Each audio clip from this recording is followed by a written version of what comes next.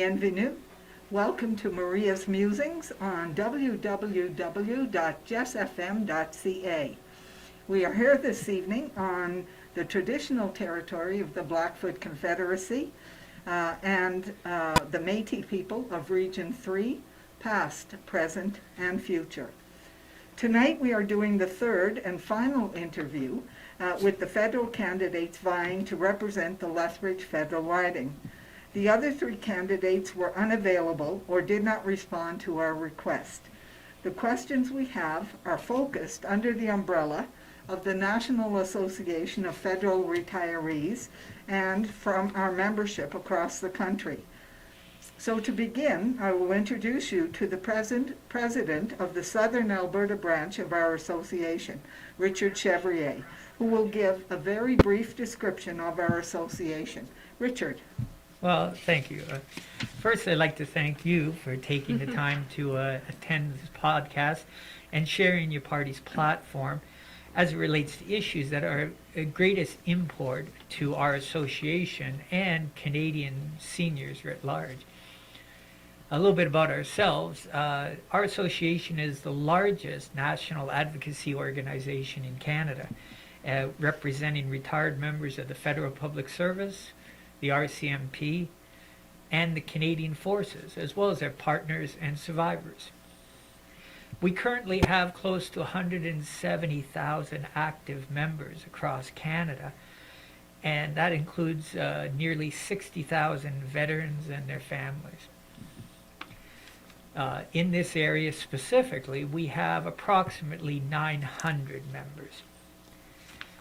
The primary raison d'etre of our association is advocacy, and we advocate for improvements to financial security, health, and the well-being of our members, and as well as for all Canadians over the age of 50.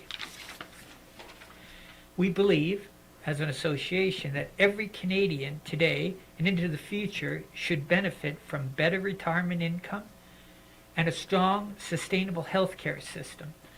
And as such, we focus our advocacy on achieving these goals. Thank you once again for coming. So doing will provide our members with a better understanding of the party's position, your party's position, and the issues that we will discuss today. And this will facilitate a better informed choice in the upcoming election. I also will indicate that this recording will be posted on our national website under the Southern Alberta branch. Thank you very much, Richard. And now I invite our guest, Elaine Perez of the New Democratic Party, to say hi. Hi guys, I'm really thankful for you guys for inviting me here today. I'm really excited to speak with you and answer all your questions and hopefully engage with everyone out there who's listening. So we'll begin with our questions, and when we finish the questions, I'll ask Elaine to tell us a little bit about herself. So let's get started. The first set of questions are under the National Seniors Strategy. So how will your party ensure safe and adequately funded quality home, community, and long-term care options that are available to meet the needs of our aging population? The NDP has a strong platform for universal health care, and under universal health care, I do believe in quality care homes. That is health care for a lot of people. I'm thinking that the federal government should be allocating more funds to health care, especially the NDP is committed to that for each province, so they can decide where, so they can figure out where they can, allocate those monies and trying to fund more quality care homes, as well as try and work with provinces on making a more standardized set of guidelines on how all quality care homes should be run.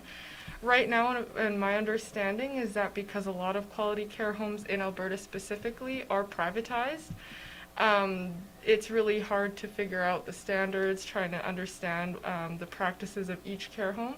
And I think the federal government and the NDP want to make sure the communication is there and set policies in place so that all of our elderly or anyone who uses a care home facility is being adequately cared for. Thank you.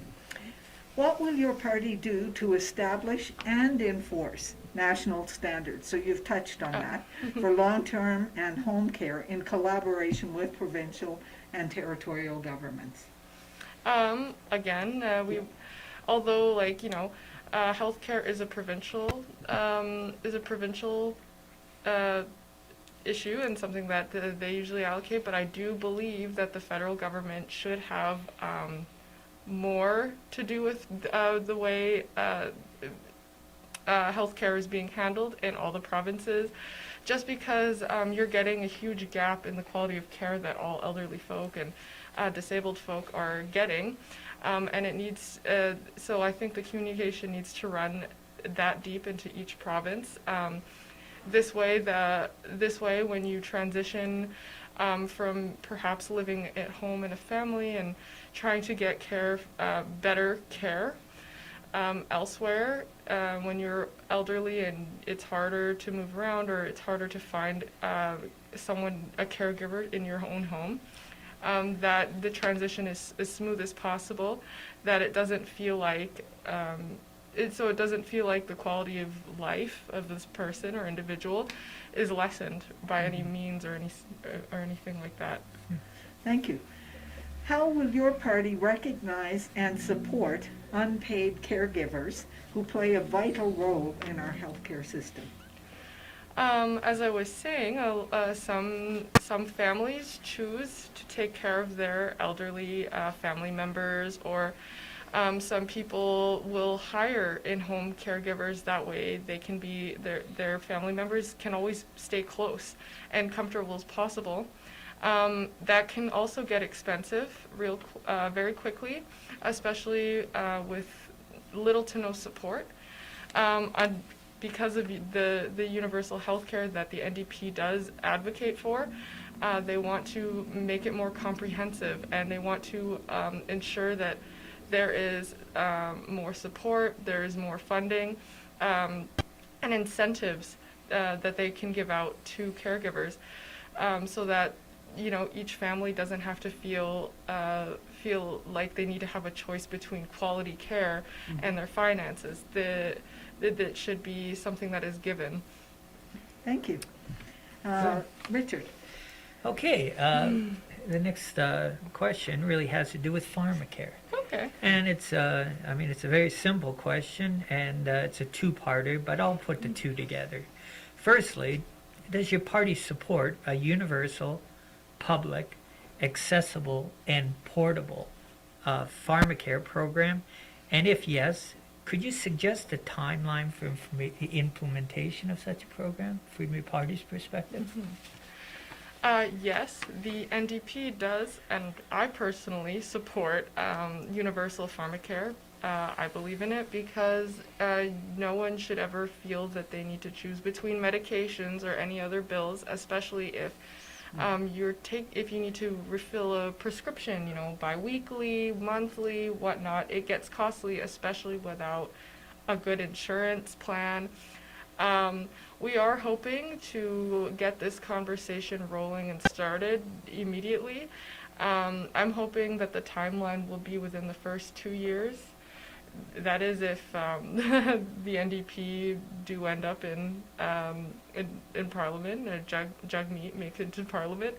Either way, the NDP is committed to making sure that they hold the current Canadian government accountable for that, because I know that there have been promises from other parties of the same type of pharmacare, and I think that the NDP is very well committed to making sure that they stay on track and fast track with that. Well, thank you. Now, this next question is something that's really near and dear to my heart, having spent 40 years in the military and 4 months. So it has to do with veterans and the families, their family well-being. What is your party's plan to ensure that veterans, including those who are ill and injured, and their loved ones, receive the care, tools, and support they need for their financial, physical, emotional, and social well-being upon retirement? Just as my previous answer, that kind of care is also should be under universal health care a lot. I really firmly do believe that whatever government, whoever makes up the Canadian government should be allocating more funds to each province for these kinds of concerns. Veterans make a huge sacrifice for this country every day, past, present, and future. And I believe that they should be able to access mental health, health care without the wait times, which is astronomical, is what I'm hearing. I also believe that they need more support in transitioning back into, civilian lifestyles. It's hard to go across the world for years and then come home and not know where you fit in with the world, and the NDP has a plan in trying to make sure that the transition and support starts over there and then continues here. So. Well, thank you very much. One other question dealing with veterans. The presence of many veteran groups speaks to significant, long-standing difficulties that many veterans face in accessing support for veteran affairs and the government. Does your party have any plans to address this issue? The NDP wants to hold any government accountable for the grievances of that. They understand the great sacrifice that our veterans and current military personnel are making right now. Whoever's in government, they want to make sure they're held accountable. They want to make sure that there is a better plan for returning veterans, past veterans who are still trying to find support. They want to make sure that there's programs being implemented that are easy to access for both families, the individual. They want to make sure that their integration back into society, civilian society here is as smooth as possible, and making sure that they stay safe and making sure that they feel safe when they return. Thank you. Okay, the next section is on securing retirement income. What is your party's long-term retirement income security plan for seniors? The NDP, as well as myself, believe that every individual should feel financially secure when it's time to retire, as well as, you've committed a long life of working and it's time to rest now. And they want to make sure that there are still there's policies in place for bigger corporations, that especially those who pay a lot of dividends to investors, or while the bosses get richer, they want to make sure that all pension plans are adequately funded, or not being ignored, as I know that's sometimes a problem. They want to make sure there are policies that allow that make sure and ensure all Canadians' pension plans are safe from that kind of problem. Richard. Okay, and along the same lines, as you know, the government has incurred a lot of debt over the last little while, and so we have to deal with that debt. What will you do to ensure the government pensions will not be adversely affected by any future austerity measures? I'm very much on the same page as the party NDP party leader's Jagmeet Singh. He plans on putting luxury taxes on big ticket items, things that are not that are not essential but are usually what most of our overwhelmingly rich people or population buy into. Especially during this pandemic, a lot of corporations, big corporations, Google, Amazon, Walmart, all those places are getting richer and continually getting richer, while provinces and the federal government are having to make the big decisions of trying to save money where they can. The problem here is that I don't believe they're being adequately taxed, paying their fair share for the working people who are making them richer. And while the working person, the regular working person, is afraid of eviction, starvation, and even losing their entire pension plan, no one should be going through that. And I think with implementing things like these luxury taxes and making sure that our tax policies are stricter, so no one can really slip through those loopholes anymore. Make sure they can take care of everyone else as well. So then, is there any kind of insurance from on the part of your party that the pensions of military members, RCMP public servants, won't be affected by any austerity program? Yes, we value public workers, all workers really, but especially our emergency personnel, our RCMP. We value these people who keep us safe every day. We value those who serve the public, our doctors, our nurses, all of our healthcare workers, our sanitary workers. We value those kinds of people, and we want to make sure that that their pensions are safe, because they've worked hard their entire lives, and we want to make sure the right people are paying their fair share and keeping that safe. Thank you. Yeah. Okay, Elaine, I said at the beginning we would ask our questions, and we have. Now this is an opportunity for you to tell the voters why they should vote for you. So the mic is yours. Thank you, Maria. Well, my name is Elaine, as you know.